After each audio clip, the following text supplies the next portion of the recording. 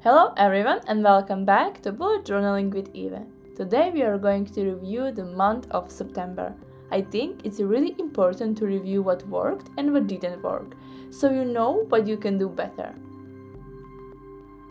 Let's start with my cover page.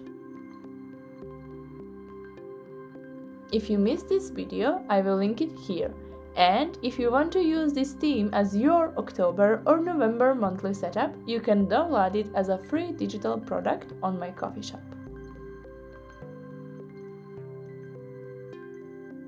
You can see that I didn't write a lot of things in my calendar, but I still think it looks nice.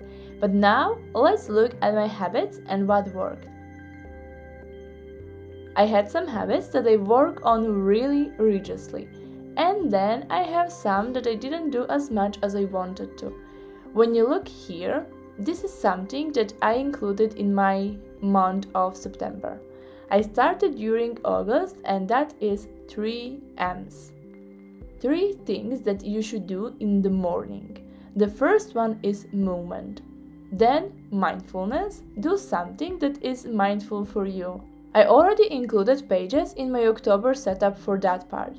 I have mindful morning check-ins. I had that at the end of my previous bullet journal for September and half of August. And the last M is mastery. You should do something that you want to get better at. When you look at my mood tracker, you will find out why I was so tired so often. When you look at these other leaves, there are the marks that I was highly productive. So it was something to do with my energy levels as well. Okay, now let's see what we can learn from my weekly spreads. When we take a look at how my weeks usually look like, we can see that Tuesdays, Thursdays, and Fridays are the worst when it comes to task completion. This is because on these days I work until 4 p.m. and I don't have the time or energy to do much when I get back home. I decided that I wanted to get better at predicting how much time I will have or what is the number and size of tasks I will be able to accomplish. That's why next week my new video will be on how you can predict and basically future-proof your week so you have enough energy to do things that are really important to you. Now I will go back to my habits again. And you can see that I had 6 habits that I was tracking plus these 3 M's each morning.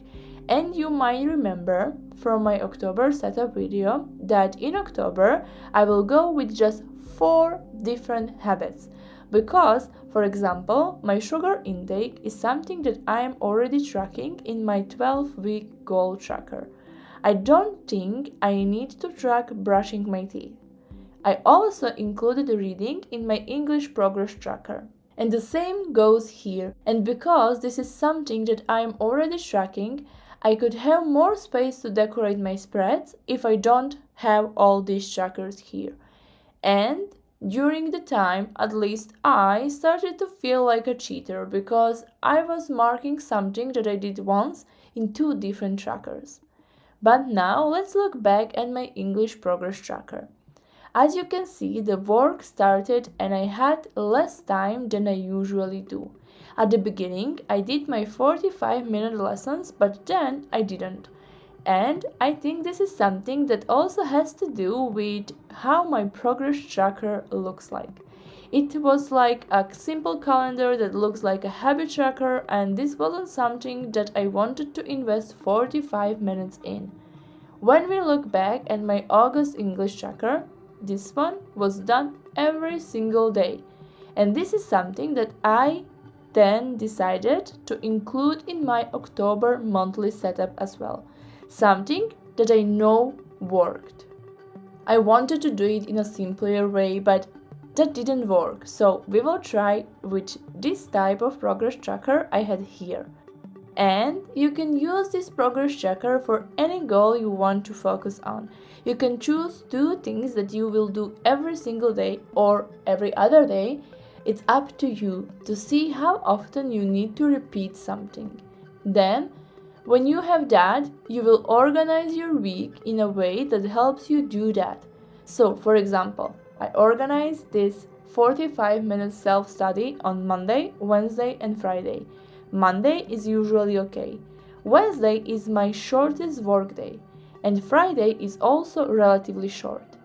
If I can manage to do all of my other priorities on other days, I will be able to focus on this on Friday as well. So that really depends on how I organize my week. You know, my videos are going up on Fridays, and I usually end up finishing my video on Thursdays.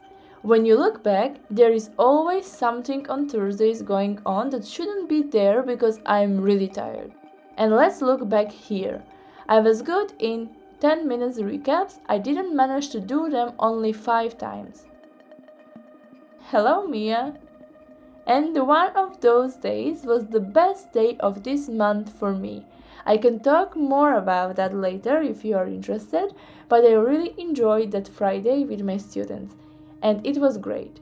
Now, this is everything that I wanted to share with you for my September flip through. I hope you enjoy this type of video. I think you should always look back and find what worked and what didn't work in your bullet journal so you know what you can do better.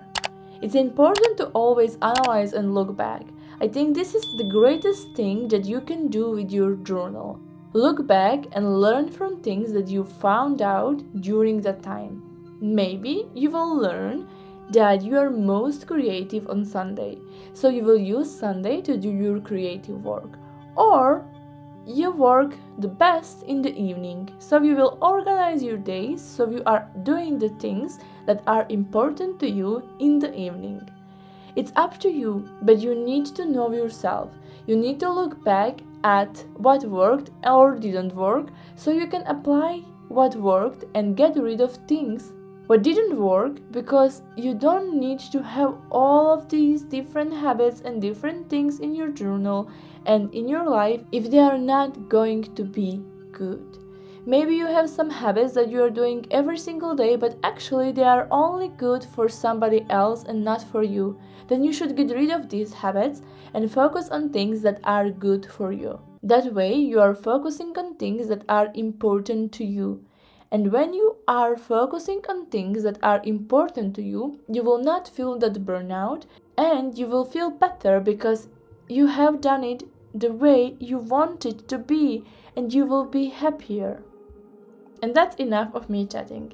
I will see you next week when we will organize my week using the things I learned and told you about in this flip through. We will apply this knowledge to our new spread.